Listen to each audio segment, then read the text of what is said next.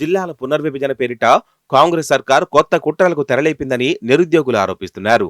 హైదరాబాద్ను free zone చేసేందుకు ప్రయత్నిస్తున్నారని, జిల్లాల పునర్వ్యవస్థీకరణ అసలు స్వరూపం, అంతరార్థం అదేనని మండిపడుతున్నారు. ఆంధ్రబాబు డైరెక్షన్లో రేవంత్ రెడ్డి నడుచుకుంటున్నారని, దీని వెనుక తెలంగాణ బిడ్డల ఉద్యోగాలు కొల్లగొట్టే భారీ కుట్ర ఉందని నిరుద్యోగ జేఏసీ నేతలు పేర్కొంటున్నారు. ఆంధ్ర, రాయలసీమ వారికి రెడ్ కార్పెట్ పరచడం ఖాయమని, ఇదే జరిగితే తెలంగాణ బిడ్డలు తీవ్ర అన్యాయమైపోతారని, నష్టం జరుగుతుందని వాపోతున్నారు. ఈ విషయంలో సర్కారు ప్రణాళికాబద్ధంగా పావులు కదుపుతోందని, మొదట ఓఆర్ఆర్ లోపటి ప్రాంతాలు జీహెచ్ఎంసీలో విలీనం, తర్వాత 3 కార్పొరేషన్లు, సికింద్రాబాద్ జిల్లా అంటూ రోజుకో లీక్ వదులుతున్నారని జేఏసీ నేతలు చెబుతున్నారు.